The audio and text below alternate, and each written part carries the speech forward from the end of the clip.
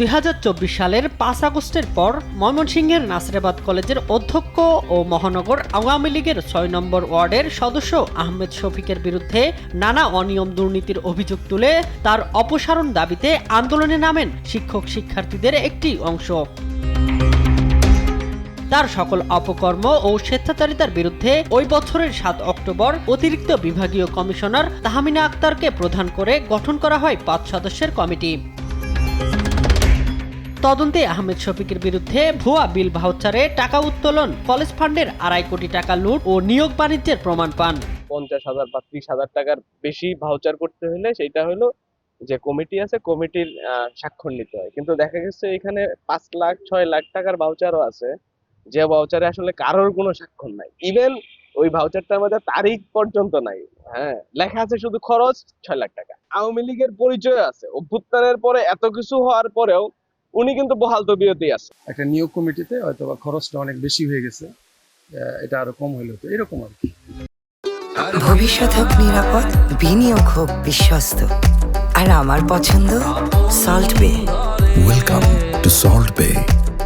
কালক্ষেপণ না করে তদন্ত অনুযায়ী অধ্যক্ষের বিরুদ্ধে প্রয়োজনীয় ব্যবস্থা নেওয়ার দাবি জানিয়েছেন প্রতিবাদকারী শিক্ষকরা।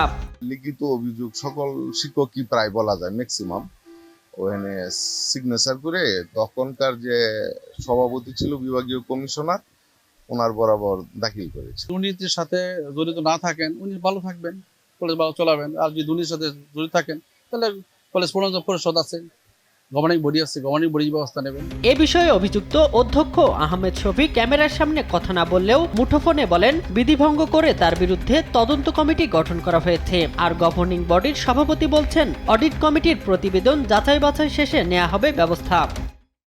পয়সাও খায়নি, এক কাপ চাও খায়নি। জাতীয় বিশ্ব রুলস অফ রেগুলেশন ভঙ্গ করে তদন্ত কমিটি করা হয়েছে। আমি 583 পৃষ্ঠা প্রমাণ দিয়েছি এবং 14.5 পৃষ্ঠার একটা জবাব দিতে কোনো কিছু জানি না। এটা যদি প্রমাণিত হয় তাহলে স্বাভাবিকভাবে যে সিদ্ধান্ত নেওয়া দরকার, যে দোষী হবে তার জন্য আমি সেই সিদ্ধান্তই নেব।